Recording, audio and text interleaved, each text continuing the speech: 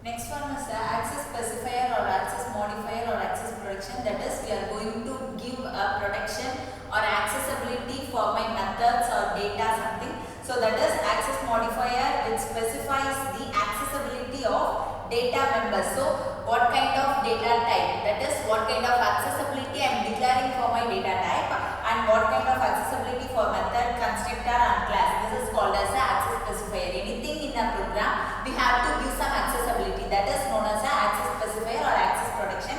These are the four types. First one is a private default access modifier, then protected, and then one is a public. So private is we can't able to access anywhere in a class, that is I am just going to access my data type within a class or within a method, that is called as a private. Second one is a default, that is within a package I am going to access my methods or constructor or variables, that is called as a default access modifier. Next one is a protector, that is inherited class may be accessibility, that is called as protected. Public, anywhere, anytime, that is called as public. These are the four accessibility modifier we are going to use in our program. So first one is a private. I already told that access modifier, private access modifier, which is accessibility within a class, that is called as a private. Okay. So here consider as an example.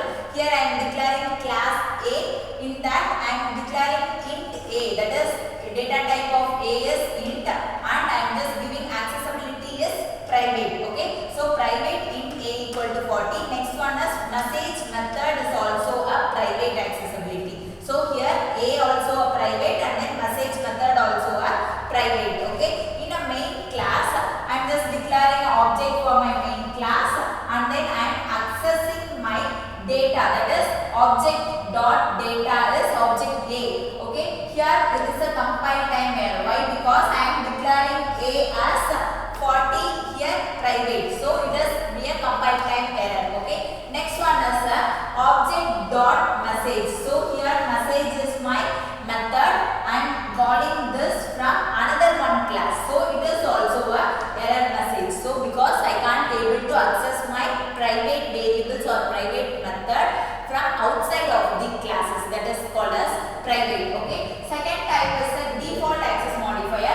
Default means if there is no any specific, I didn't specify any method, that is int A. If I give int A means it will access as default. Okay. So if you don't use any modifier means it will automatically access as a default. Okay. What is default? Within the package I can access my data. So default modifier is an accessibility only within the package, that is called as a default. Here the example for a default access modifier. So consider I am just declaring a two package. First one is a pack and another one package is a my pack. So here I am declaring my classes class A, and there is no any access modifier before my message method. So it considered as a default. So default void message. So here I am just printing a hello. Okay. In the next package I am just importing my pack, pack. So here I am importing pack in my package. So class B. So this is the main class. Here A object equal to new A. So A class is a default class, that is I doesn't mention any access specifiers or any access protection. So it is a default class. So it will be a compile time error. Okay. Next one is object dot message. So message method also a default one. So it is also a compile time error. So I can't able to access a default one in a other packages, that is called as a default access modifier. Okay. Next one is a protected. Protected member is, that is I can access my classes or access my method within the inherited classes or a nearby classes, that is called as a protected. So accessibility within the package and also outside of the package, but the package must be a inherited, that is called as a protected one. Here the example. So here pack, the same example, pack and then my pack. Here I am just giving a protected for my message. So I can access this package in the outside of the package also, that is called as a protected. So here I am just accessing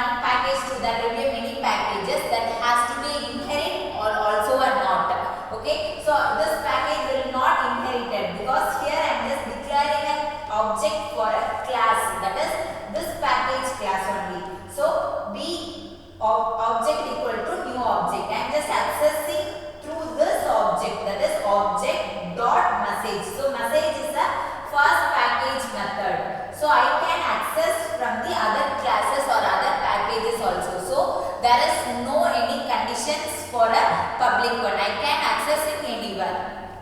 Next is data types in Java.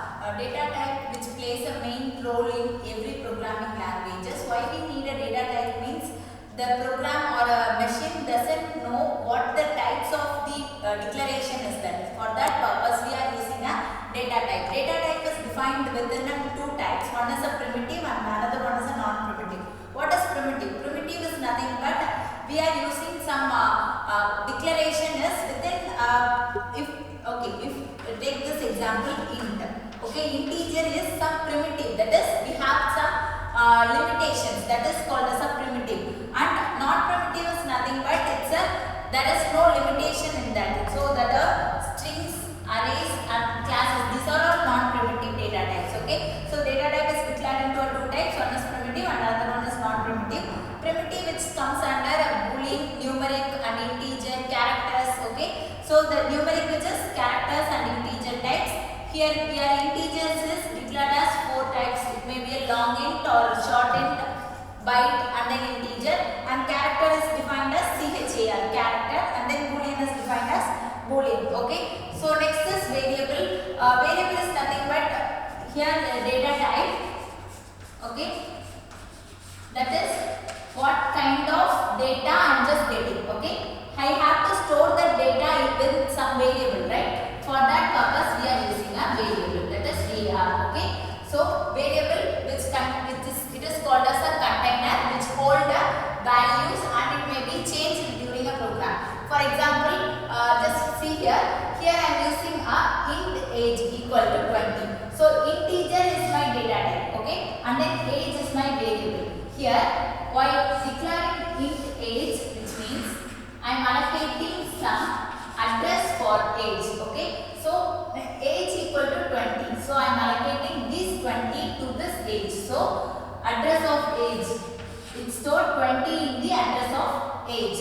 Okay, throughout the program I may increment my ages. So after if I increment age plus like means the age will be increment as 1. So likewise my program will be changed. Okay, that is called as it holds value and that can be changed during the execution of my programs. Okay. Second one is variable is assigned within a data type. Why we have to use data type? I already told data type which plays a main role in a program. Why? Because what kind of variable is that? That is assigned by using a data type. For that purpose I am just using a data type. Okay.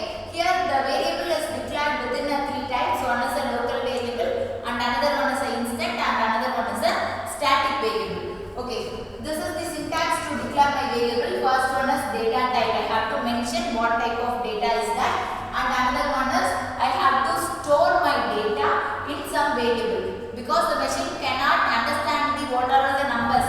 Okay, for that purpose I am using some variable. The variable may be a user defined, whatever it may be, maybe a or n, whatever it may be. Okay, and then values. I have to store this value. This value must be a data type. That is, if I use this value 20 means it must be an integer value. If instead of that I am using double age equal to 20, which means it will store like this 20.00 because double is a float variable. Okay, so it stored as 20.00 likewise. Okay, so the 20 which must be in this data type only. Okay, the next one is local. First one is a local variable. What is local variable? The local variable is within a character or within a class or within a constructor I have to declare some variable, right? That variable is called as a local variable within a method or a constructor or within a block. That kind of variable is known as a local variable, and also I can't access within the another classes. Okay, and then next is instance class. Instance class is nothing but it's like a public.